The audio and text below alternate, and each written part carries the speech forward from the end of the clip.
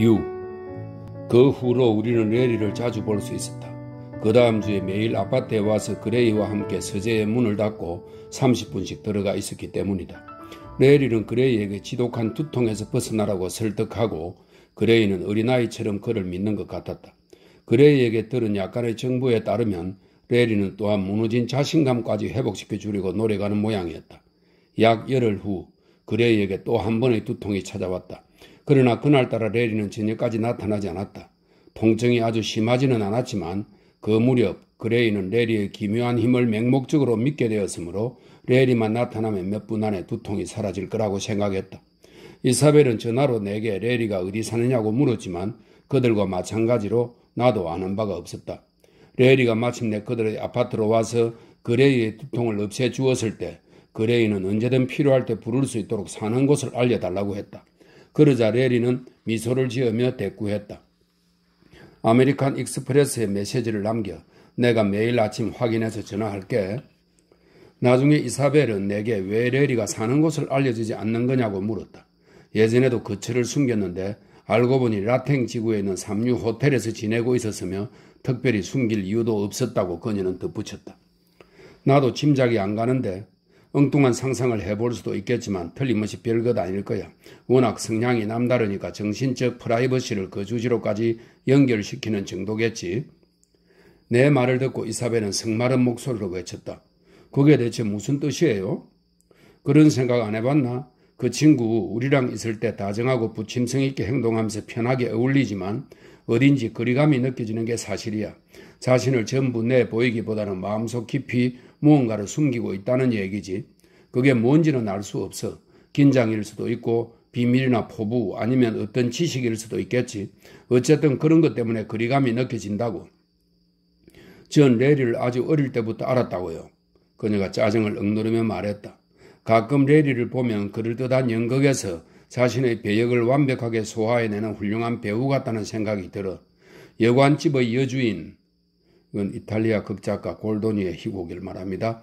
여관집의 여주인에 나오는 엘레오노라 두세 같단 말이지. 이 엘레오노라 두세는 이탈리아 최고의 여배우입니다. 이사벨은 잠시 내 말에 대해 곰곰이 생각해 보았다. 무슨 말씀인지 알 것 같아요. 함께 어울릴 때는 우리 같은 보통 사람이랑 똑같아 보이지만 그러다가 갑자기 그 아무리 노력해도 손에 잡히지 않는 연기처럼 소나기를 빠져나가는 느낌이 드는 때가 있어요. 대체 무엇 때문에 그렇게 이상하게 변했을까요? 우리가 눈치챌 수 없을 정도로 진부하고 흔한 무언가가 아닐까? 이를테면요. 글쎄, 선 같은 것? 이사벨은 눈살을 찌푸렸다. 그런 얘기라면 그만두세요. 속이 울렁거린다고요? 마음 깊은 곳이 점에 오는 건 아니고? 이사벨은 내 생각을 읽으려는 듯 오랫동안 나를 보았다. 그러고는 옆 테이블에서 담배 한 개비를 집어들어 불을 붙인 다음 의자에 깊숙이 등을 기댔다. 그녀는 굽이굽이 허공으로 올라가는 연기를 지켜보았다. 내가 그만 가줄까? 내가 물었다. 아니요. 나는 한동안 말없이 그녀를 지켜보며 오똑한 코와 아름다운 턱선을 음미했다. 아직도 레리를 많이 사랑해? 미치도록요. 평생 다른 사람은 사랑해 본 적도 없다고요. 그런데 왜 그레이와 결혼했지? 결혼은 해야 했으니까요. 그레이는 저한테 푹 빠져 있었고 엄마가 원하시는 일이기도 했어요. 전부들 레리와 헤어진 게 잘한 일이라고 했죠. 저도 그레이가 정말 좋았어요. 지금도 그렇고요. 그이가 얼마나 좋은 사람인지 아세요? 그렇게 자상하고 사려 깊은 사람은 세상에 없을 거예요. 겉으로 보기엔 성격이 보통 아닐 것 같죠. 하지만 저한테는 늘 천사 같아요. 돈이 있을 땐 늘 갖고 싶은 게 없냐고 물었죠.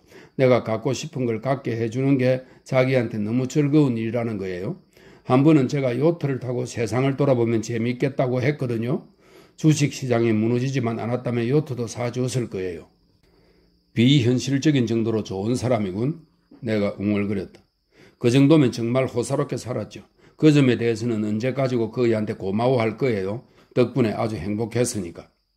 나는 그녀를 보았다. 그러나 아무 말도 하지 않았다. 그 일을 진짜 사랑했다고는 할 수 없어요.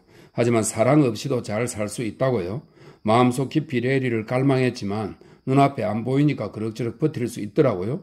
전에 선생님이 그러셨죠. 드넓은 바다가 가로놓여 있으면 사랑의 고통도 어느 정도는 누그러든다고. 그땐 참 냉소적인 말이라고 생각했는데 맞는 얘기인 것 같아요. 레리를 보는 게 그렇게 고통스러우면 안 보는 게 현명하지 않을까? 하지만 그건 천국과도 같은 고통일걸요. 게다가 레리가 어떤 사람인지 선생님도 잘 아시잖아요. 태양이 나타나면 어둠이 사라지듯 어느 날 갑자기 슬며시 사라져서 다시 몇 년 동안 못 보게 될 수도 있다고요. 이혼은 생각해 봤어? 이혼할 이유가 없는데요. 너희 미국 여자들이야 특별한 이유가 없어도 원하면 이혼하는 거 아니야? 그녀가 웃음을 터뜨렸다. 왜 그렇게 생각하세요? 몰라서 묻나?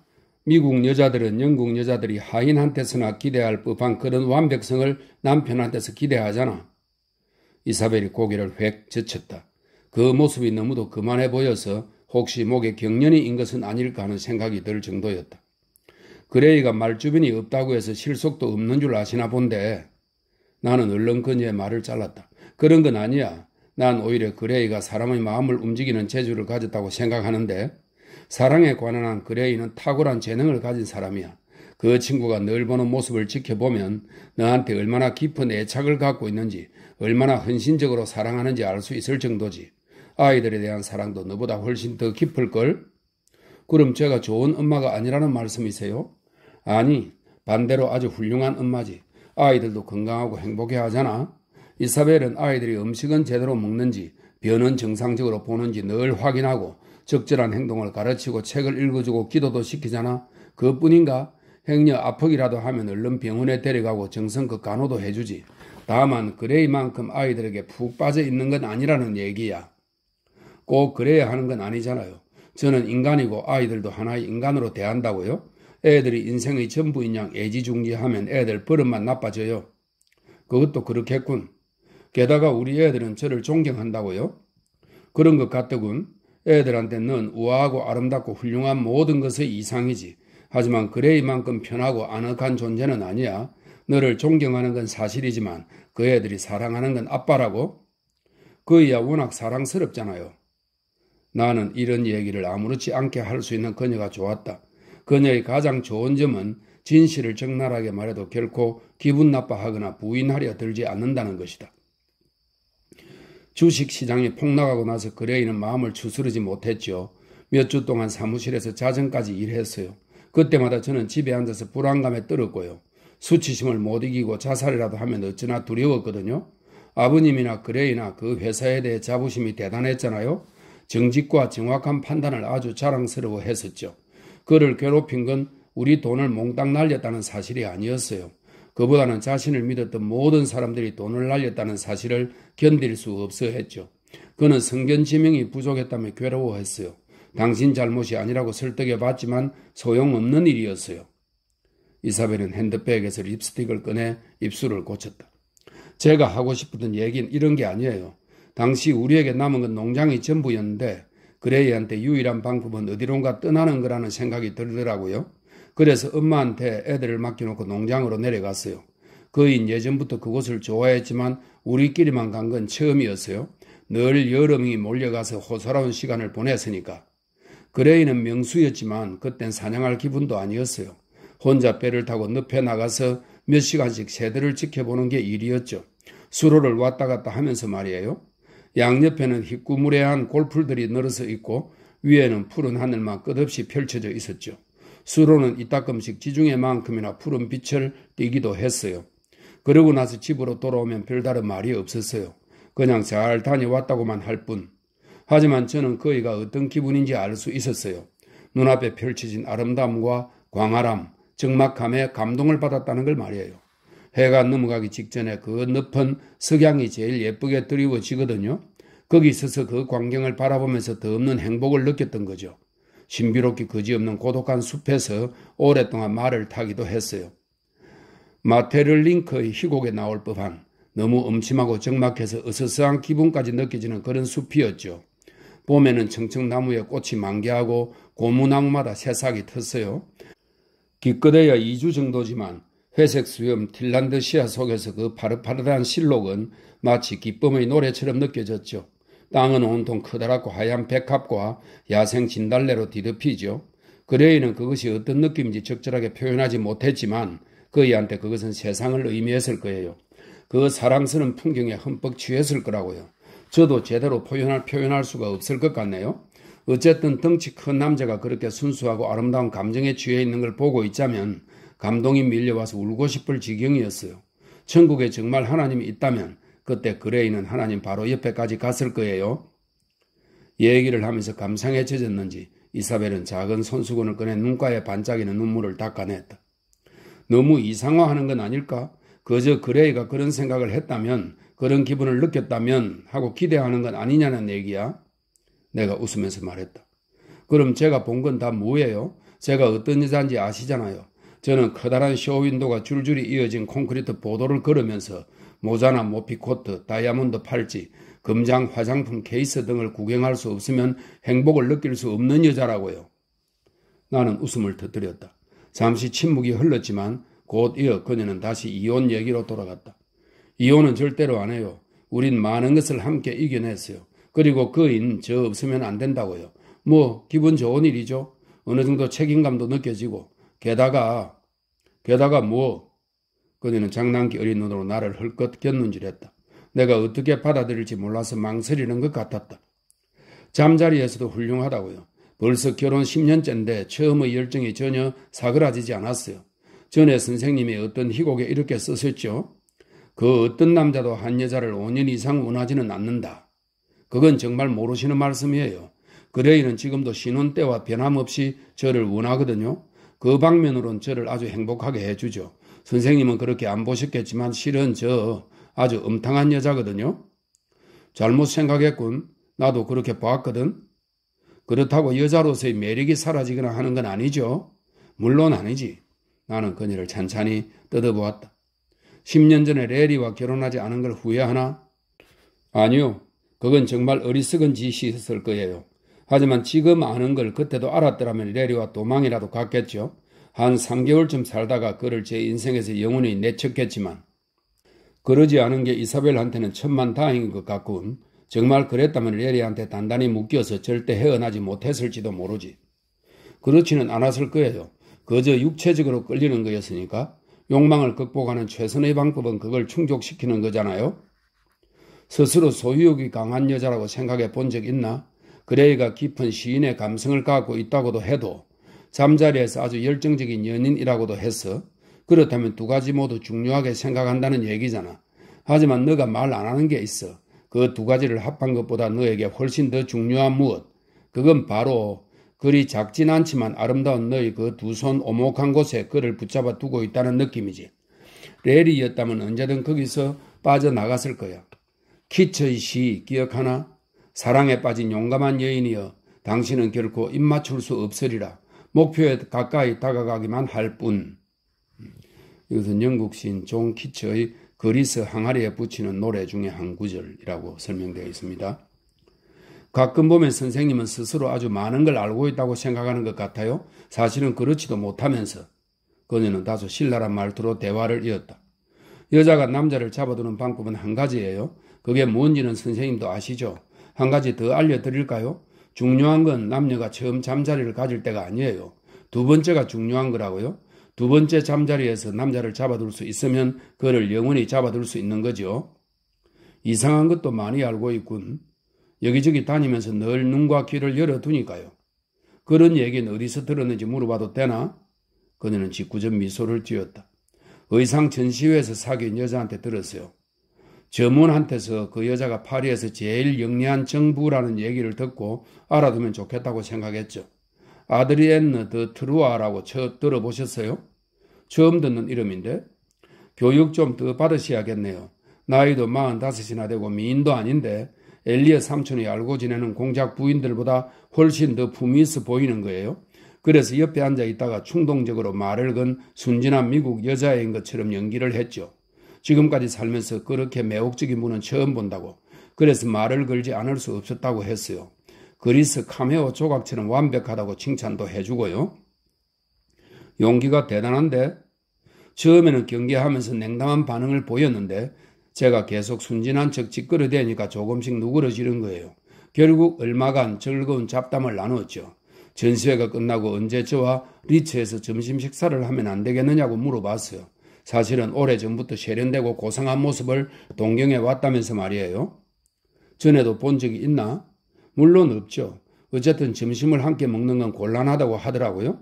파리 사람들은 입방정이 심해서 제가 고생할 거라고. 그래도 물어봐줘서 고맙다고 했죠. 제가 실망해서 울먹이는 척 했더니 자기 집에 와서 같이 점심을 먹지 않겠느냐고 하는 거예요. 그래서 그 상냥한 태도에 감동받은 척 했죠. 그랬더니 제 손을 토닥여 주었어요. 그래서 갔나?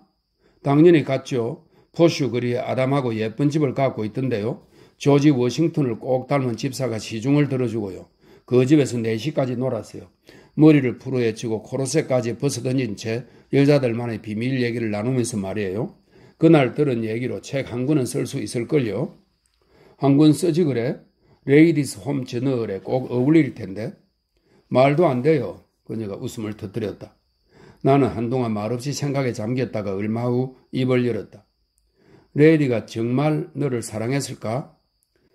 그녀는 등을 꼿꼿이 세웠다. 얼굴에서 웃음기가 사라졌다. 두 눈은 화가 난 듯했다. 그게 무슨 말씀이세요? 당연히 사랑했죠. 여자라면 남자가 자기를 사랑하는지 정도는 안다고요. 물론 사랑하지 않았다고는 할 수 없지. 이사벨만큼 가깝게 지낸 여자도 없었으니까.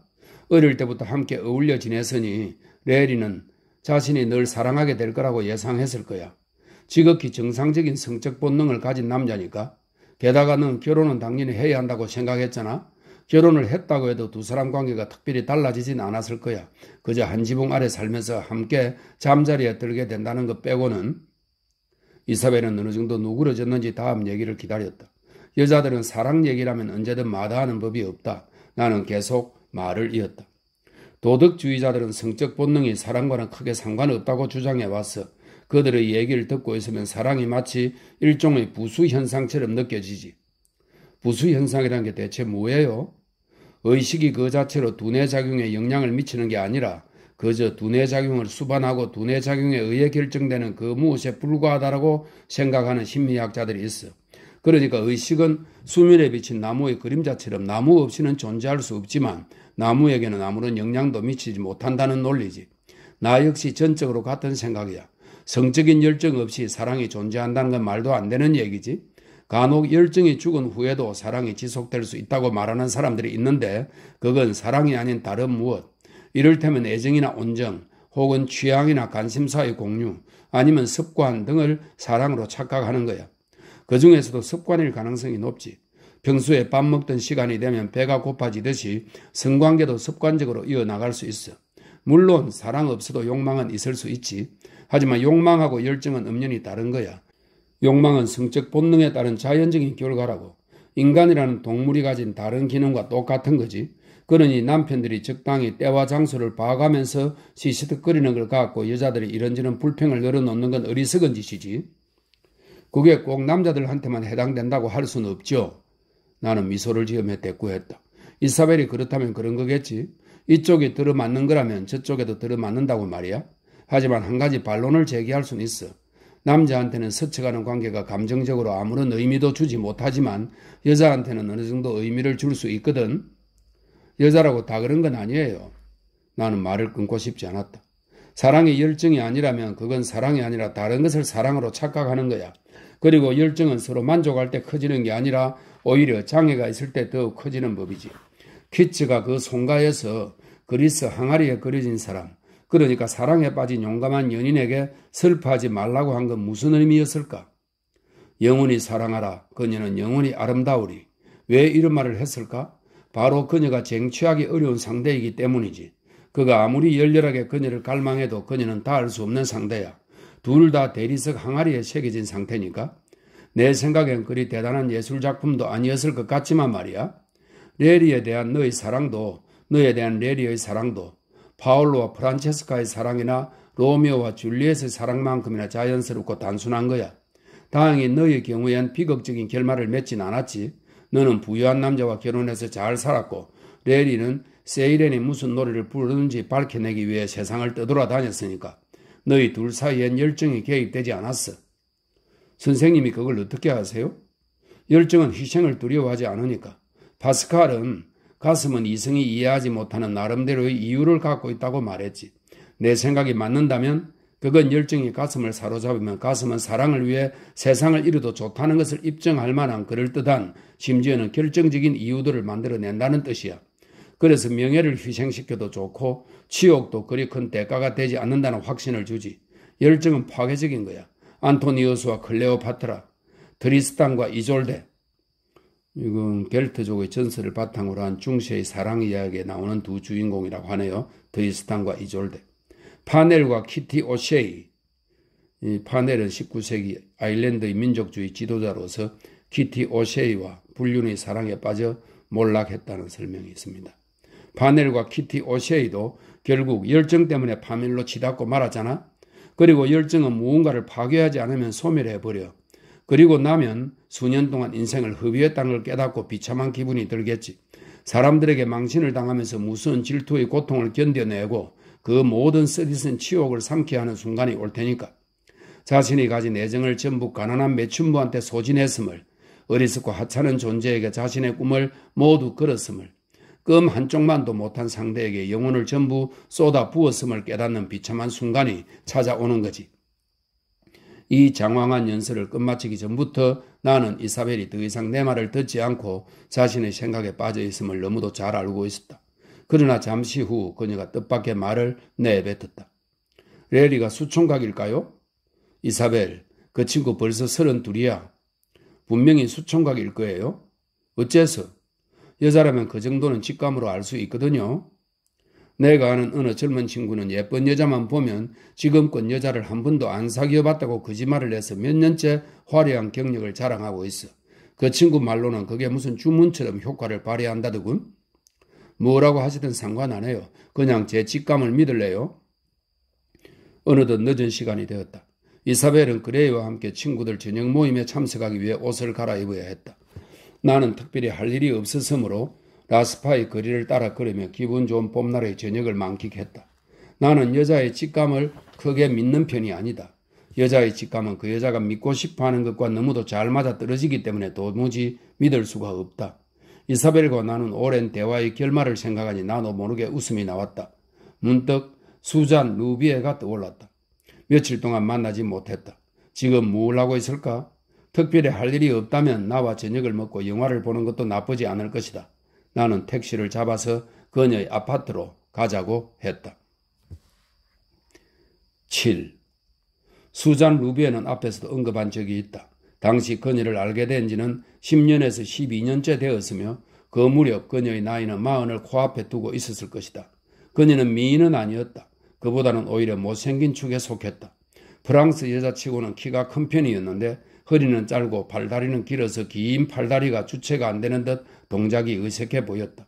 머리 색은 기분에 따라 바뀌었지만 가장 자주 본 것은 붉은 빛이 감도는 갈색이었다. 작은 얼굴은 각이 졌고 유난히 튀어나온 광대뼈에는 연지를 진하게 발랐으며 커다란 입술에도 늘 진한 립스틱을 바르고 다녔다. 이쯤 되면 꽤 볼품없는 모습이 떠오르겠지만 사실 그녀는 매력적이었다. 매끈한 피부에 하얗고 튼튼한 치아를 가졌으며 파란색의 커다란 두 눈도 생기 있어 보였다. 얼굴에서 가장 아름다운 부분이 바로 눈이었는데 그녀는 속눈썹과 눈꺼풀에 화장을 해서 아름다운 눈을 최대한 살렸다. 불안한 듯 하면서도 영리하고 친근해 보였고 아주 착한 성품을 지녔지만 적당히 거친 면도 갖고 있었다. 사실 그때까지 그녀의 삶을 돌이켜보면 거칠지 않고서는 견뎌낼 수 없었을 것이다. 하급 공무원이었던 아버지가 세상을 떠난 후 그녀의 어머니는 앙주의 고향 마을로 돌아가 연금 생활을 했고 수자는 15살 때부터 인근 시내에서 재단사 실습을 받았다. 그리 멀지 않은 곳이라 일요일마다 집에 갈 수 있었는데 그러던 중 17살에 2주 동안 여름 휴가를 받아 집에서 지내다가 풍경화를 그리러 내려와 있던 한 예술가 유혹에 말려들었다. 무일푼의 자신에게 결혼의 기회가 오지 않으리란 사실을 잘 알았던 그녀는 여름이 끝나갈 무렵 파리로 가서 함께 살자는 그 화가의 제안을 선뜻 받아들였다. 그는 화가들의 작업실이 절비한 몽마르트로 그녀를 데려갔다. 두 사람은 1년 동안 그곳에서 함께 살며 매우 즐거운 시간을 보냈다.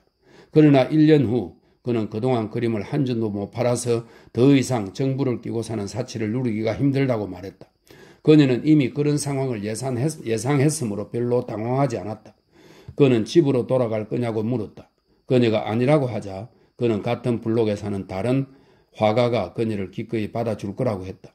그가 말한 남자는 이전에 그녀에게 2-3번 수작을 건 적이 있었다. 그때마다 그녀는 그의 기분이 상하지 않도록 특유의 유머 감각으로 적당히 거절했더랬다. 그러나 그가 싫은 것은 아니었으므로 그녀는 조용히 그의 제안을 받아들였다. 어쨌든 돈을 들여 택시로 짐을 옮기지 않아도 된다는 것은 편리한 일이었다. 그녀의 두 번째 연인은 첫 번째 연인보다 나이가 훨씬 더 많았지만 그럭저럭 봐줄 만한 수준이었다. 그는 그녀에게 옷을 입힌 채로든 벗은 채로든 상상할 수 있는 모든 포즈를 요구하여 그림을 그렸다. 그녀는 그와 함께 2년 동안 행복한 나날을 보냈다. 그리고 자신을 모델로 그린 그림이 그에게 첫 번째 실질적인 성공을 가져다 준 것을 자랑스러워하며 기사에 조그맣게 실린 그림을 오려서 내게 보여주었다. 만해의 올랭피아와 똑같은 자세로 누워있는 나체의 그녀를 실물 크기로 그린 것으로 미국의 어느 미술관에 팔렸다고 했다. 그 화가는 현대적이면서도 다소 우스꽝스러운 그녀의 비율을 한눈에 포착하여 그 호리호리한 몸을 수척해 보일 정도로 더욱 가늘게 표현했다. 긴 팔다리는 더욱 길게 늘리고 튀어나온 광대뼈를 부각시키고 커다랗고 파란 두 눈을 더욱 크게 그린 것이다. 신문에서 오려낸 그림만으로는 당연히 색감이 어떤지 알 수 없었지만 훌륭한 구두의 임에는 틀림없었다. 이 그림으로 어느 정도 이름을 날리게 된 그는 돈과 지위를 가진 과부와 결혼하게 되었다. 남자들은 미래를 생각할 수밖에 없음을 잘 알고 있던 수자는 그에게 독서를 퍼붓기보다는 그와의 관계가 끝났음을 태연하게 받아들였다. 이 무렵 그녀는 자신의 가치를 잘 알고 있었다. 그녀는 화가들의 삶이 마음에 들었다. 포즈를 취하는 일도 즐거웠고 하루 일과가 끝나면 카페에 가서 화가들과 그 아내들 또는 그 정부들과 함께 앉아 얘기를 나누는 일도 즐거웠다. 그들은 예술작품에 대해 의견을 주고받기도 하고 화상들을 요구하기도 했으며 때로는 음담패설을 즐기기도 했다. 그 화가와의 관계를 정리해야 한다는 생각이 들자 그녀는 또 다른 계획을 세웠다.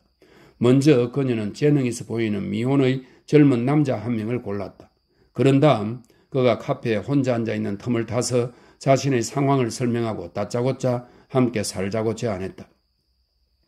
이제 겨우 20살이에요. 집안일도 잘한답니다. 함께 살면 생활비도 절약되고 모델료도 절약될 거예요. 셔츠가 이게 뭐예요? 작업실도 지저분하죠? 돌봐줄 여자 필요 없어요? 그가 보기에도 그녀는 착한 여자 같았다. 자신의 제안을 듣고 재미있어하는 모습을 보면서 그녀는 그의 마음이 동요되고 있다는 확신이 들었다. 어쨌든 한번 해보는 게 어때요? 손해볼 건 없잖아요. 설사 실패한다 해도 그쪽이나 나나 더 잃을 것도 없지 않겠어요? 그는 추상파 화가로서 정사각형과 직사각형들로 그녀를 표현했다. 눈은 하나만 있고 입은 없었으며 주로 검은색과 갈색, 회색 등을 사용하여 기하학적인 모양으로 그녀를 그린 것이다. 열 십자 모양으로 교차하는 직선들을 통해 그것이 인간의 얼굴이라는 것을 막연하게만 짐작할 수 있을 정도였다. 그와 1년 반 동안 함께 산 끝에 결국 그녀는 자발적으로 그를 떠났다. 왜 떠난 거죠? 그 사람을 안 좋아했어요? 내가 물었다. 아니요. 아주 좋은 사람이었죠. 하지만 발전이 없는 것 같았어요.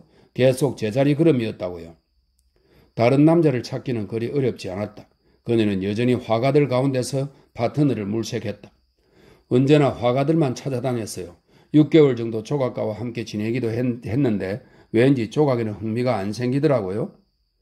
그녀는 함께 살던 남자들과 안 좋게 헤어진 적이 한 번도 없다는 점을 자랑스러워했다. 그녀는 모델로서도 훌륭했지만 집안 일에도 능숙했다. 어느 작업실이든 한동안 들어가 살면서 일을 돌봐주는 것을 무척 좋아했고 일하는 작업실마다 한치의 흐트러짐도 없이 깔끔하게 유지된다는 사실에 자부심을 느꼈다. 요리를 잘해서 적은 돈으로 맛있는 식사를 내놓을 수 있었으며 연인들의 양말을 꿰매주고 셔츠 단추를 달아주기도 했다. 예술가라고 해서 깔끔하고 깨끗하게 살지 말란 법은 없잖아요. 그러나 그런 그녀도 딱 한 번 실패한 적이 있었다. 상대는 그동안 만난 사람들 가운데 가장 부유하고 자동차까지 소유한 영국 청년이었다. 하지만 오래가지 못했어요. 술을 너무 많이 마시는 데다 술이 취하면 지긋지긋하게 굴었거든요. 그림이라도 잘 그렸으면 말도 안 해요. 그 사람 그림은 정말 회개망치겠다고요? 내가 떠나겠다고 했더니 울음을 터뜨리는 거예요. 날 사랑한다나? 그래서 제가 그랬죠. 미안하지만 당신이 날 사랑하든 말든 그런 건 조금 더 중요하지 않아요. 중요한 건 당신에게 재능이 없다는 사실이죠. 고국으로 돌아가 식료품 장사나 해요. 당신한테는 그게 딱이니까. 그랬더니 뭘 하던가요? 내가 물었다. 노발대발하면서 당장 꺼지라는 거예요. 하지만 그건 정말 좋은 충고였다고요. 부디 받아들였으면 좋겠어요. 나쁜 사람은 아니었으니까. 그저 화가로서 재능이 없었을 뿐이에요. 아무리 가벼운 여자라도 상식과 착한 성품만 갖고 있으면 그리 어렵지 않게 삶을 꾸려나갈 수 있을 것이다. 그러나 수잔이 택한 직업은 다른 직업들처럼 기복이 심했다. 예를 들면 스칸디나비아 남자의 경우가 그러했다. 경솔하게도 그녀는 그와 사랑에 빠져버린 것이다. 정말이지 그 사람은 제게 신과 같은 존재였어요. 키는 에펠탑 못지않게 컸고 어깨가 떡 벌어진 데다 가슴팍도 넓었죠. 허리는 거의 남자 손으로 잡을 수 있을 만큼 가늘고 배도 하나도 안 나왔어요. 제 손바닥처럼 평평했다니까요. 게다가 근육은 꼭 운동선수 같았죠. 웨이브진 금발하며 피부는 또 얼마나 좋았다고요? 그림도 못 그리는 편은 아니었어요. 대담하고 당당한 화풍이 마음에 들었죠. 풍성하고 생기 있는 색감도 좋았고요. 그녀는 그의 아이를 갖기로 했다. 그는 반대했지만 그녀는 자신이 책임지겠다며 고집을 꺾지 않았다.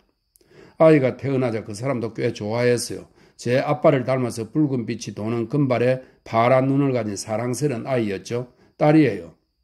수잔은 3년 동안 그와 함께 살았다.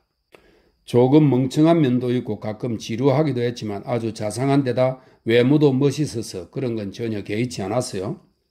그러던 중 스웨덴에서 그의 아버지가 위독하니 빨리 돌아오는 전보가 왔다. 그는 꼭 돌아오겠다고 약속했지만 그녀는 그가 오지 않을 거라는 예감이 들었다.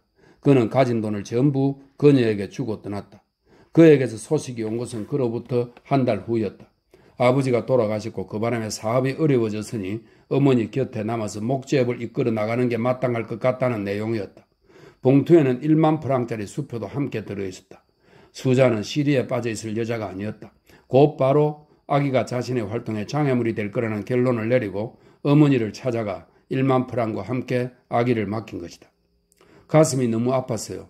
아기를 매우 사랑했지만 먹고 살려면 현실적으로 생각해야 하잖아요. 그래서 어떻게 됐어요? 내가 물었다.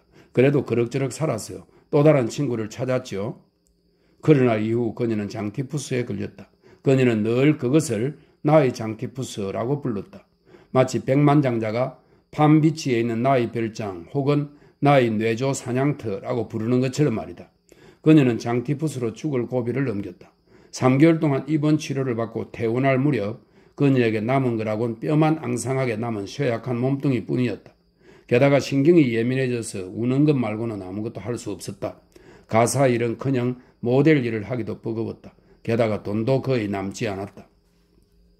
휴, 정말 힘든 시절이었죠. 다행히 좋은 친구들이 있긴 했지만 화가들이 어떤지 잘 알잖아요. 먹고 살기도 빠듯한 사람들이죠. 난 미인도 아니었고요. 물론 특별한 매력이 있긴 했지만 더 이상 20살도 아니었다고요. 그러다가 예전에 함께 살던 입체파 화가를 우연히 만났어요. 원래 유부남이었는데 저랑 동거하면서 이혼을 했죠. 입체파 그림을 포기하고 초현실주의로 전향한 상태였어요. 제가 쓸모있다고 생각했는지 외롭다고 하더라고요. 숙식을 해결해 준다기에 정말 기쁘게 그 제안을 받아들였죠. 수잔은 그와 함께 지내다가 어느 제조업자를 만나게 되었다. 한 친구가 예전 입체파 화가의 그림 한 점을 살지도 모른다며 작업실로 데려온 사람이었는데 수잔은 어떻게든 그림을 팔아버리고 자신이 아는 방법을 총동원하여 그에게 아양을 들었다. 그는 당장 결정을 내릴 수 없으니 나중에 다시 와서 보겠다고 했다. 실제로 그는 2주 후에 다시 작업실로 찾아왔다. 그러나 그녀는 그가 그림이 아닌 자신을 보러 왔다는 느낌을 받았다. 이번에도 그는 아무것도 사지 않았지만 떠나면서 유난히 따뜻하게 그녀의 손을 잡았다. 다음날 그녀가 식료품을 사러 시장에 갈 때 그를 데려왔던 친구가 그녀를 불러 세우더니 그 제조업자가 그녀를 마음에 들어한다고 다음에 파리에 오면 제안할 것이 있으니 함께 저녁을 먹고 싶어 한다고 일러주었다. 어떤 면을 좋아하는 것 같아요? 그녀가 물었다. 그는 현대미술 애호가예요. 수잔의 초상화를 보고 흥미가 생긴 모양이에요. 지방에서 사업을 하는데 그 사람에겐 수잔이 파리 자체를 상징하는 거예요. 그가 리일에서 누릴 수 없는, 리일은 상업과 공업이 발달한 프랑스 북부 도시입니다. 그가 리일에서 누릴 수 없는 모든 것, 그러니까 예술이나 낭만 같은 것을 상징하는 거죠. 돈은 있어요? 그는 영악하게 물어보았다. 돈이야 많죠. 그럼 만나보죠. 뭐 얘기를 들어본다고 해서 손해볼 건 없으니까. 그는 그녀를 막심 레스토랑에 데려갔는데 그것만으로도 그녀는 감동을 받았다. 얌전하게 차려입어서인지 수자는 주위의 여자들을 보면서 자신 역시 지쳐높은 부인처럼 보일 수 있겠다는 생각이 들었다. 샴페인을 주문하는 것을 보니 그는 신사인 것 같았다. 식사를 마치고 커피를 마시면서 마침내 그가 제안을 꺼내놓았다. 그녀가 생각하기에는 더할 나위 없이 멋진 제안이었다. 먼저 그는 2주에 한 번 이사회 회의 때문에 파리에 오는데 혼자 저녁을 먹는 것도, 여자가 필요할 때마다 매음굴에 가는 것도 지겹다. 아내도 있고 자녀도 둘이나 있으며 자신의 지위까지 생각하면 그리 바람직한 일은 아닌 것 같다. 그 친구에게서 당신에 대한 얘기를 들었는데 사려 깊은 여자라는 생각이 들었다. 이제 나이도 먹었으니 경박한 여자들과 뒹굴고 싶지는 않다. 현대 미술품을 조금씩 수집하고 있는데 당신도 그쪽과 어느 정도 관련이 있으니 그 점에서도 통하는 부분이 있을 것이다 등의 얘기를 늘어놓았다. 그런 다음 본론으로 들어갔다. 아파트와 가구를 마련해주고 매달 2,000프랑씩 생활비를 줄 테니 2주에 하룻밤만 자신과 있어주면 된다는 것이었다. 지금껏 그렇게 많은 돈을 써본 적이 없는 수자는 곧바로 머리를 굴리기 시작했다. 그 정도면 분명히 남부럽지 않게 먹고 입을 수 있을 뿐 아니라 딸의 양육비를 보내고 만약을 대비해 저축도 할 수 있었다. 그러나 그녀는 잠시 망설였다. 늘 자칭 화단에 몸담고 있는 여자로 살아온 그녀로서는 사업가의 정부가 되는 것이 일종의 명예실추처럼 느껴졌던 것이다. 양당간의 선택을 하시죠. 그가 말했다. 역겹거나 혐오스러운 사람은 아니었다. 게다가 옷에 장미꽃 모양의 레지옹 도네르 훈장을 보니 이것은 국가에 기여한 사람들에게 수여하는 프랑스 최고의 명예 훈장입니다. 레지옹 도네르 훈장을 보니 어느 정도 명사임에 틀림없었다. 그녀는 미소를 지으며 대꾸했다. 받아들일게요. 8. 그때까지 수자는 줄곧 몽마르트르에서 살았지만 이제는 과거를 청산해야 한다는 결정을 내리고 몽파르나스 대로에 인접한 아파트를 선택했다. 방 2개의 작은 부엌과 화장실이 딸린 아파트였다. 겨우 6층이었지만 엘리베이터도 갖춰져 있었다. 최대 수용 인원이 2명에 불구하고 속도는 매우 느린 데다 내려갈 때는 걸어 내려가야 했지만 엘리베이터와 화장실이 있다는 사실만으로도 호화롭고 세련된 생활을 하는 느낌이 들었다. 그의 이름은 아시우 고뱅이었다. 처음 2-3달 동안 그는 2주에 한 번씩 파리에 올 때마다 호텔에 방을 잡고 욕구가 생기면 수잔과 관계를 가진 다음 다시 호텔로 돌아가 혼자 잠을 청했다. 그러고는 아침에 일어나 기차를 잡아 타고 사업과 건전한 가족 생활로 돌아간 것이다. 그러나 몇 달 후 수잔은 그것이 쓸데없는 돈 낭비라며 아침까지 자신의 아파트에 있다 가는 것이 더 경제적일 뿐 아니라 편안할 거라고 지적했다. 당연히 그가 생각하기에도 맞는 말이었다. 그는 자신을 생각하는 수잔의 사려 깊은 마음에 몹시 기분이 좋아졌다. 그도 그럴 것이 추운 겨울밤에 거리로 나가 택시를 잡는 것은 그리 유쾌한 일이 아니었다. 또한 그녀가 쓸데없는 돈 낭비를 싫어한다는 점을 높이 평가했다. 자신의 돈뿐 아니라 연인의 돈까지 생각해 주다니 얼마나 착한 여자인가.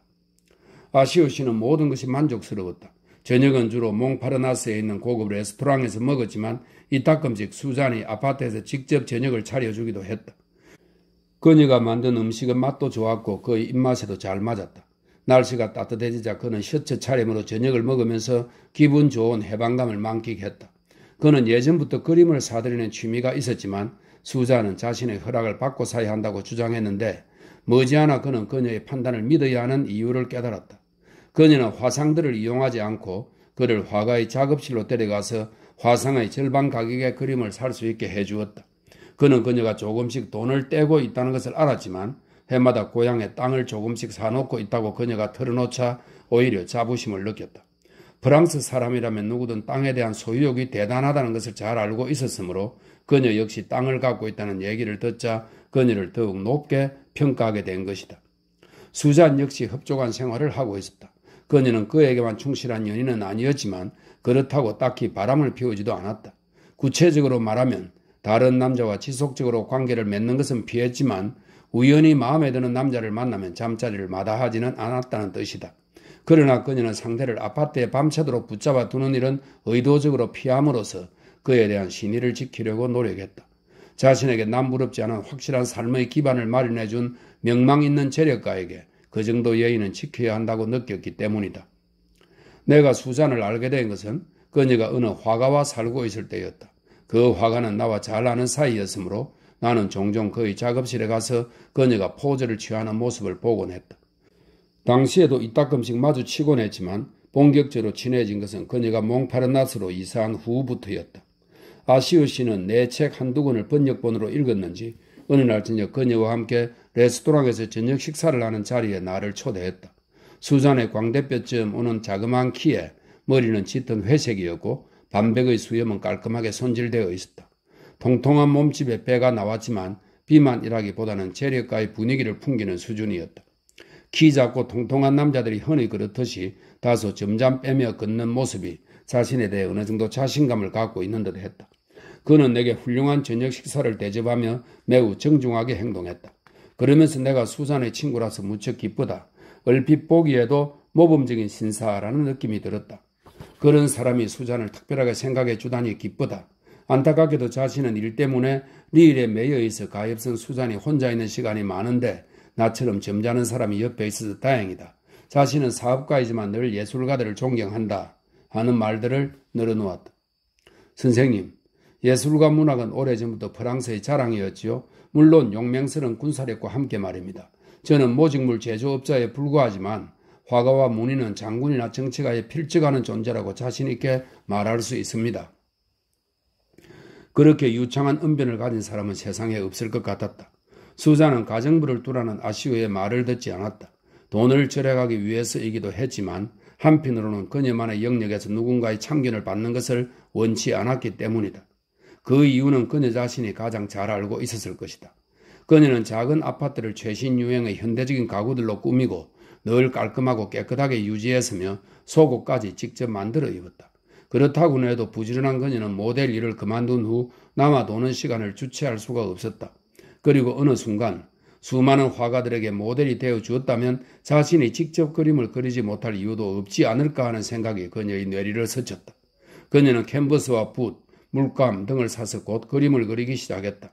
이따금씩 식사 약속을 하고 약속 시간보다 조금 일찍 도착하면 그녀는 작업복 차림으로 그림을 그리는데 열중하고 있었다. 마치 자궁 속의 태아가 단기간에 종의 진화에 따르는 모든 단계를 밟아 나가듯 수잔도 그동안 함께 살던 화가들의 화법을 하나하나 밟아 나갔다. 함께 살던 풍경화가의 화법대로 풍경화를 그리기도 하고 입체파 예술가의 화법대로 추상주의 그림을 그리기도 했으며 그림 엽서를 보고 스칸디나비아 화가처럼 정박 중인 요트를 그리기도 했다. 대생은 서툴렀지만 색채 감각은 나쁘지 않았다. 썩 좋은 그림들이라고 할 수는 없었지만 그녀는 그리는 일 자체를 즐겼다. 아시오 씨도 그녀를 격려해 주었다. 자신의 정부가 화가가 된다는 사실이 흡족했던 것이다.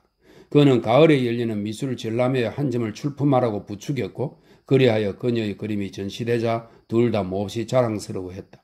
그는 그녀에게 좋은 충고를 해주었다. 남자처럼 그리려고 하지 말라고 그냥 여자처럼 그리면 되는 거야. 강하게 보이려고 노력할 필요는 없어요. 매력적인 그림에 만족해야지. 그리고 솔직해져야 돼요. 사업에서는 교활한 수완이 성공으로 이어지기도 하지만 예술에서는 정직이 최선의 길이자 유일한 길이라고. 당시 그들은 이토록 서로에게 만족하며 벌써 5년째 관계를 유지하고 있었다. 수잔은 이렇게 말했다. 분명히 그 일을 볼 때마다 가슴이 뛰거나 하진 않아요. 하지만 지적인데다 사회적 지위도 있는 사람이잖아요. 저도 나이를 생각하면 이제 이런저런 상황을 고려하지 않을 수가 없죠. 그녀는 인정있고 이해심이 많은 여자였으므로 아시오 씨는 그녀의 판단력을 높이 평가했다. 그녀는 그가 사업이나 심지어는 가정사에 대해 얘기할 때도 기꺼이 귀를 기울여 주었다. 그의 딸이 시험에 떨어졌다는 얘기를 듣고 그를 위로해 주었고 그의 아들이 부잣집 딸과 약혼했다는 얘기를 듣고는 그와 함께 기뻐했다. 그의 부인은 동종업계에 종사하는 사업가의 외동딸이었다. 원래 두 회사는 라이벌 관계에 있었지만 두 사람의 결혼을 통해 합병함으로써 양쪽 모두 큰 이익을 보게 된 것이다. 그런 만큼 자신의 아들도 행복한 결혼의 가장 확실한 토대가 금전적 이익을 공유하는 것이라고 생각하고 그것을 행동으로 옮기려 한다는 사실에 대해 흡족해했다. 그는 딸을 귀족과 결혼시키겠다는 계획을 수잔에게 털어놓았다. 안 될 게 뭐 있어요? 돈도 그렇게 많은데. 수잔은 이렇게 대꾸했다. 한편 수잔은 아시오 씨의 도움으로 자신의 딸을 수녀원에 보내 좋은 교육을 받게 할 수 있었다. 그는 또한 그녀의 딸이 좀 더 크면 타자수 겸 속기사로 생계를 꾸려갈 수 있도록 적절한 교육을 받게 해주겠다고 약속했다. 수잔은 내게 이렇게 말했다. 크면 미인이 될 거예요. 그래도 적절한 교육을 받고 타자기 두드리는 법을 익힌다고 해서 손해볼 건 없잖아요. 아직 어려서 섣불리 판단할 수는 없지만 커서 안 한다고 고집 부리거나 하진 않을 거예요. 수자는 묘한 말주변을 가진 여자였다. 자신이 하는 말의 의미를 내 판단에 맡긴다는 점에서 말이다. 물론 나는 그녀의 의도를 적절히 파악했다. 9. 뜻하지 않게 레리를 만나고 일주일쯤 지난 어느 날 저녁, 수장과 나는 함께 저녁을 먹고 영화를 보고는 몽파르나스 거리에 있는 셀렉트에 앉아 맥주 한 잔을 기울였다. 그때 레리가 어슬렁거리며 들어왔다. 수잔이 흠칫 놀라더니 놀랍게도 그의 이름을 불렀다. 그는 우리 테이블로 와서는 그녀에게 키스를 하고 나와 악수를 나눴다. 그녀는 자신의 눈을 못 믿겠다는 듯 어리둥절한 표정이었다. 좀 앉아도 될까요? 아직 저녁을 못 먹어서 뭘 좀 먹으러 왔는데. 맙소사, 이게 얼마만이에요, 자기? 그녀는 눈을 반짝이며 말을 이었다. 대체 어디서 나타난 거예요? 벌써 몇 년째인데. 생사라도 좀 알려주지 그랬어요? 세상에 왜 이렇게 말랐어요? 너무 강간무소식이라 죽은 줄 알았다고요. 안 죽고 살아왔습니다. 레리의 눈도 반짝였다. 오데트는 잘 있어요? 오데트는 수잔의 딸 이름이었다. 이제 다 컸죠. 많이 예뻐졌어요. 아직도 당신을 기억할걸요? 레리와 아는 사이라고 왜 말 안 했어요? 내가 수잔을 보며 말했다. 당연한 것 아니에요. 난 당신과 레리가 아는 사이인지 몰랐는데 우린 오랜 친구 사이예요. 레리는 베이컨 에그를 주문했다. 수잔은 한참 딸 얘기를 늘어놓은 다음 자신의 근황에 대해 들려주었다. 그는 미소를 지으면서 매력적인 모습으로 그녀의 말에 귀를 기울였다. 그녀는 자신이 이제 자리를 잡아서 그림을 그리기 시작했다고 말했다. 그리고는 내 쪽을 보며 물었다. 실력이 점점 느는 것 같지 않아요? 타고났다고 할 수는 없지만 내가 아는 화가들 정도는 되는 것 같은데? 팔기도 했어요? 레리가 물었다. 그럴 필요가 없어요. 그녀는 다소 뻐기는 투로 덧붙였다. 먹고 사는 데는 지장이 없거든요. 운이 좋네요. 운이 좋은 게 아니라 영악한 거예요. 언제 한번 와서 내 그림 구경해요. 그녀가 쪽지에 집 주소를 적어주자 그는 꼭 한번 가겠다고 약속했다. 수자는 신이 났는지 쉴 새 없이 짓거렸다. 얼마 후 레리가 계산서를 달라고 했다. 가는 거 아니죠? 그녀가 소리치자 그가 미소를 지으며 대꾸했다. 가는 겁니다. 그는 돈을 치르고는 손을 흔들며 떠났다. 나는 웃음이 터져나왔다. 어느 순간 갑자기 나타났다가 말도 없이 가버리는 그의 모습이 재미있게 느껴졌기 때문이다. 그는 늘 그렇게 갑자기 사라지곤 했다. 마치 허공으로 사라져버리는 것 같았다. 왜 그렇게 갑자기 가고 싶어졌을까요? 수자는 속상한 얼굴이었다. 기다리는 여자라도 있나 보지? 내가 놀리듯이 말했다. 너무 식상한 스토리네요. 그녀는 가방에서 분첩을 꺼내 얼굴을 두드리며 말을 이었다. 누군지 몰라도 참 안 됐네요. 레리를 사랑하다니 쯧쯧. 왜 그렇게 생각하죠? 그녀는 좀처럼 보기 힘든 심각한 얼굴로 잠시 나를 보았다. 저도 하마터면 저 사람을 사랑할 뻔했거든요. 차라리 수면에 비친 그림자를 사랑하지. 아님 햇살이나 하늘의 구름 따위를 사랑하던가. 저도 정말 가까스로 빠져나왔어요. 지금도 그 생각을 하면 정말 위험했다는 생각에 몸서리가 쳐진다니까요. 더 이상 침착하게 있을 수는 없었다. 자초지종을 묻지 않는다면 매정한 사람이라고 생각할 것 같았다. 다행히 수자는 결코 과묵한 여자가 아니었다. 대체 레리하고는 어떻게 알게 된 겁니까? 내가 물었다. 오래전 일이죠. 6년 아니면 7년? 오데트가 5살 때였어요. 레리는 당시 나랑 같이 살던 마르셀과 아는 사이였어요. 내가 포즈를 취하고 있을 때 작업실에 와서 앉아 있곤 했죠. 가끔 우리랑 같이 나가서 저녁을 먹기도 했고요. 하지만 그 사람이 언제 올지는 아무도 예측할 수 없었어요. 몇 주씩 안 나타나기도 하고 2, 3일 동안 매일 오기도 했으니까요. 마르셀은 레리가 오는 걸 좋아했죠. 레리가 있으면 그림이 더 잘 그려진다나? 그러다가 나의 장티푸스가 찾아왔어요. 퇴원하고 나서 정말 고생 많이 했죠. 그녀는 어깨를 으쓱해 보이고는 다시 말을 이었다. 하지만 그 얘기는 다 했으니까 건너뛸게요. 어느 날 그날도 일자리를 찾으려고 여기저기 작업실을 기웃거렸는데 아무도 써주지 않는 거예요. 하루 종일 먹은 거라곤 우유 한 잔과 크루아상 한쪽이 전부였고 방세도 걱정이었어요. 그때 클리시 거리에서 우연히 레리를 만났죠. 저를 붙잡고 어떻게 지내냐고 묻기에 나의 장티푸스에 대해 얘기해 주었어요. 그랬더니 이러더라고요. 제대로 먹긴 한 거예요? 그의 목소리와 눈빛에 가슴이 뭉클해지더니 울음이 나왔죠. 바로 옆에 라메르 마리에트 레스토랑이 있었는데 그가 내 팔을 끌고 들어가서는 테이블에 앉히더라고요. 너무 배가 고파서 무엇든 먹을 수 있을 것 같았죠. 하지만 막상 주문한 오믈렛이 나오자 조금도 못 먹겠는 거예요. 그는 억지로라도 먹어보라면서 보르고뉴 와인을 한 잔 따라줬어요. 그러고 나니까 기분이 나아져서 아스파라거스라도 조금 먹을 수 있었죠. 저는 어려운 사정 얘기를 전부 털어놓았어요. 너무 쇠약해져서 모델 일을 할 수도 없고 뼈만 앙상하게 남아서 흉측해졌으니 남자를 찾을 수도 없을 거라고요. 그러고는 고향으로 가야겠으니 돈을 좀 빌려줄 수 없겠냐고 물었죠.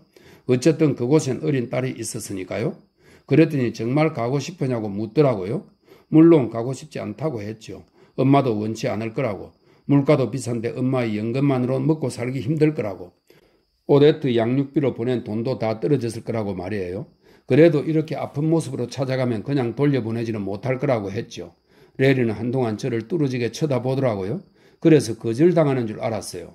그런데 이러는 거예요. 시골에 있을 만한 곳을 아는데 나랑 같이 갈래요? 꼬맹이도 데려가죠. 나도 조금 쉬고 싶었거든요. 나한테 그런 제안을 한다는 게 믿어지지 않았어요. 그때까지 꽤 오래 알고 지냈지만 찝쩍거리거나 그런 적은 한 번도 없었거든요. 이런 꼴로 정말 괜찮겠어요? 내가 되물었죠. 어이가 없어서 웃음만 나오더라고요. 레리, 난 지금 남자한테 해줄 수 있는 게 아무것도 없어요. 그랬더니 그가 싱긋 웃는 거예요. 그 사람 미소가 얼마나 멋진지 아세요? 꿀처럼 달콤한 미소죠. 그가 그러더군요. 이상하게 듣지 말아요. 그런 뜻으로 얘기한 거 아니에요. 이미 울음이 들어서 제대로 말을 할 수도 없었어요. 그는 여비를 주면서 아이를 데려오라고 했죠. 그런 다음 셋이 함께 시골로 갔어요. 정말 아름다운 곳이었죠. 수자는 그곳에 대해 자세하게 설명해 주었다. 어느 작은 도시에서 약 5km 떨어진 곳이었는데 그 도시의 이름은 내 머릿속에서 이미 지워졌다. 그들은 차를 타고 어느 여관으로 갔다. 강가에는 허름한 여관이었는데 주위에는 강을 따라 잔디밭이 펼쳐져 있었고 플라트너스 나무들이 늘어서 있었다. 그들은 나무 밑에서 식사를 하곤 했다. 여름이면 화가들이 그림을 그리러 왔지만 아직 계절이 일러 투숙객은 그들뿐이었다. 음식이 맛있기로 소문난 곳이라 일요일이 되면 여기저기서 사람들이 차를 몰고 점심을 먹으러 왔다. 그러나 주중에는 평화로운 나날이 계속되었다. 좋은 음식과 와인을 즐기며 휴식을 취한 덕분에 수자는 건강을 되찾기 시작했다. 딸과 함께 지낼 수 있다는 것도 행복한 일이었다. 오데트를 아주 귀여워했죠. 오데트도 레리를 잘 따랐고요. 가끔 너무 성가시게 하는 것 같아서 주의를 주었지만 아이가 아무리 귀찮게 해도 레리는 실은 내색을 하지 않았어요. 둘이 노는 것을 보면 웃음이 나왔죠. 꼭 어린애 둘이 노는 것 같았거든요. 뭘 하면서 지냈어요? 내가 물었다. 할 게 많아서 심심할 틈이 없었어요. 보트를 타고 나가 고기를 잡기도 하고 가끔은 여관 주인한테 시트로엔을 빌려, 이 시트로엔은 프랑스 자동차 이름입니다. 시트로엔을 빌려 시내 구경을 나가기도 했어요. 레리는 그곳 시내를 아주 좋아했어요. 오래된 집들이 늘어서 있고 광장도 있었죠. 아주 조용한 곳이었어요. 자갈 밟는 소리가 다 들릴 정도로 말이에요.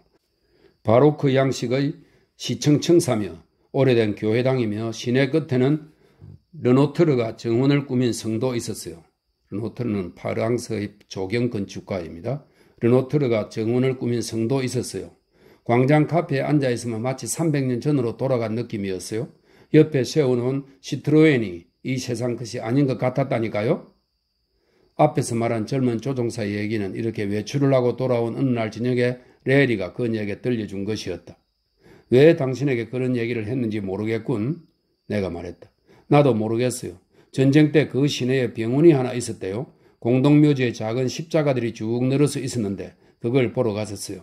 오래 있진 않았죠. 가엾은 젊은이들이 그 밑에 누워있다고 생각하니까 오싹하더라고요. 집으로 돌아가는 길에 레리는 말이 거의 없었어요. 게다가 평소에도 음식을 많이 먹는 사람은 아니지만 그날 저녁에는 음식에 거의 손도 안 대더라고요. 지금도 그날이 눈에 선해요. 강둑에 앉아서 별이 빛나는 아름다운 밤 풍경을 만끽하고 있었죠. 어둠 속에 보이는 포플러 실루엣이 참 예뻤어요. 그가 파이프에 불을 붙이더니 갑자기 뜬금없이 자신을 구하고 죽은 친구 얘기를 꺼내는 거예요. 수자는 맥주를 쭉 들이켜고는 다시 말을 이었다. 정말 묘한 사람이에요. 난 그 사람을 절대 이해하지 못할 거예요. 가끔 책을 읽어주기도 했죠. 낮에는 아이 옷을 만들고 있을 때 밤에는 아이를 재운 후에 말이에요. 뭘 읽어주던가요? 이것저것이요. 셰빈의 부인은 서간집 문학으로 유명한 프랑스 여류 작가입니다. 셰빈의 부인의 서간집도 읽어주고 생시몽의 글도 읽어주었어요. 생각해 보세요. 그전까지 난 신문 말고 글이라고는 읽어본 적이 없다고요. 가끔 소설을 읽긴 했죠. 그것도 작업실에서 얘기가 나오거나 하면 멍청한 여자 취급받는 게 싫어서 읽은 거라고요. 정말이지 독서라는 게 그렇게 재밌는 건지 몰랐다고요. 고전 작가들도 사람들이 생각하는 것처럼 그렇게 멍텅구리는 아니던데요. 대체 누구예요? 그렇게 생각하는 사람이? 내가 키득키득 웃으며 물었다. 그러더니 얼마 후부터 나더러 같이 읽자고 하는 거예요. 우린 페드로와 베레니스를 읽었죠. 페드로와 이 베레니스는 프랑스의 극작가 라신의 대표적인 비극입니다. 남자 역할은 레리가 다 읽고 여자 역할은 내가 다 읽은 걸로 말이에요. 얼마나 재미있는지 알아요? 그녀는 천진난만한 표정으로 말을 이었다. 내가 감동적인 부분에서 울음을 터뜨리면 레리는 나를 이상하게 보곤 했어요. 물론 그건 단지 아직 회복이 덜 돼서 그런 거죠. 그때 읽었던 책들 아직도 갖고 있답니다. 지금도 그가 읽어줬던 쉐빈의 부인의 서간집을 읽으면 거의 달콤한 목소리가 들리는 것 같고 고요하게 흐르던 강물과 저편 강둑에 서 있는 포플러 나무들까지 눈에 선해서 더 이상 읽을 수가 없어요. 가슴이 너무 아파서. 지금 생각해보면 그 몇 주간이 내 인생에서 가장 행복했던 시절이었어요. 레리 그 사람은 정말 다정한 천사였죠. 수자는 자신이 너무 감상적이 된 것 같다며 나더러 비웃지 말라고 했다. 물론 난 그럴 생각이 전혀 없었다. 그녀는 어깨를 으쓱하고는 미소를 지었다. 오래전에 결심한 게 하나 있어요. 어느 정도 나이가 들어서 더 이상 나랑 자고 싶어하는 남자가 없으면 교회에 다니면서 마음의 평화를 찾고 죄를 전부 회개하겠다고 말이에요. 하지만 레리와 지은 죄만큼은 무슨 일이 있어도 회개하지 않을 거예요. 절대로. 하지만 당신 말대로라면 회개할 게 없어 보이는데요. 지금까지 얘기한 건 절반밖에 안 돼요. 난 워낙 건강한 체질이잖아요. 그런데다 하루 종일 밖에서 바람을 쐬면서 세상 시름 다 놓고 잘 먹고 잘 자고 하니까 3, 4주 만에 건강을 완전히 되찾았죠. 얼굴도 원래대로 돌아오고 혈색도 좋아지고 머리카락도 윤이 나기 시작했어요. 20살로 돌아간 기분이었죠. 아침마다 강에서 수영을 즐기는 레리를 지켜봤어요. 정말 아름다운 몸이었죠. 스칸디나비아 남자처럼 운동선수 같은 몸은 아니었지만 강인하면서도 기품이 넘쳤어요. 내가 아직 건강을 회복하지 못했을 때 그 사람이 얼마나 참았겠어요? 완전히 건강을 되찾고 나니까 더 이상 기다리게 해서는 안 된다는 생각이 들었죠. 그래서 난 이제 모든 준비가 되어 있다. 뭐 이런 암시를 한두 번 넌지시 비쳤어요. 그런데 눈치를 못 채는 것 같더라고요. 원래 당신네 앵글로색선족이 좀 별나잖아요. 거칠면서도 감성적이고 아무튼 연인으로서 좋은 조건을 갖췄다고 할 수는 없죠. 난 이렇게 생각했어요. 자기도 조심스러워서 그러는 걸 거야. 나한테 많은 도움을 주고 오데트까지 데려왔다고 그 대가로 당연한 것처럼 그런 걸 요구할 수 없겠지. 그래서 어느 날 밤 각자의 방으로 가면서 내가 그랬어요. 오늘 밤 당신 방에서 잘까요? 내가 웃음을 터뜨리며 말했다. 너무 노골적인 거 아닙니까? 내 방으로 오라고는 할 수 없잖아요. 오데트가 자고 있는데. 그녀는 순진하게 대꾸하고는 다시 말을 이었다. 레리는 잠시 따뜻한 눈으로 저를 보더니 미소를 지으면서 말했죠. 그러고 싶어요? 아니라면 왜 물어봤겠어요? 보니까 몸매도 좋던데. 그럼 와요. 나는 위층으로 올라가서 옷을 벗고는 살금살금 그의 방으로 갔죠. 그는 침대에 누워 책을 읽으며 파이프를 피우고 있었어요. 내가 들어가니까 파이프와 책을 내려놓고 자리를 내주었죠. 수자는 한동안 말이 없었다. 그렇다고 내가 먼저 물어볼 수도 없는 노릇이었다. 그러나 잠시 후 그녀는 다시 입을 열었다. 그 사람, 사랑을 나누는 방식이 정말 묘하더라고요. 아주 달콤하고 부드럽고 심지어 다정했어요. 하지만 뭐랄까 정력적이지만 진정한 열정은 없었죠. 이해할 수 있겠어요? 그렇다고 나쁜 버릇이 있는 건 아니었어요. 그러니까 피 끓는 사춘기 소년 같았다고요. 나름대로 재미있고 감동적인 경험이었죠. 그의 방을 나서는데 그가 아니라 내가 고마워해야 할 것 같더라고요. 문을 닫을 때 보니까 글쎄 다시 책을 집어들고 계속 읽지 뭐예요? 웃음이 터져나왔다. 그렇게 재미있사다니 고마워 죽겠네요. 그녀가 조금 퉁명스럽게 말했다. 그러나 그녀도 유머 감각이 없는 여자는 아니었다. 잠시 후 그녀 역시 킬킬거리더니 다시 말을 이었다. 곧 그런 생각이 들더라고요. 그가 불러줄 때까지 기다리면 영영 기다려야 할 거라는.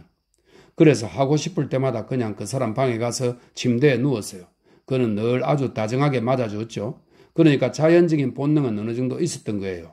말하자면 다른 데 몰두해서 밥 먹는 것도 잊고 있다가 상을 잘 차려놓으면 맛있게 먹는 그런 남자였던 거죠.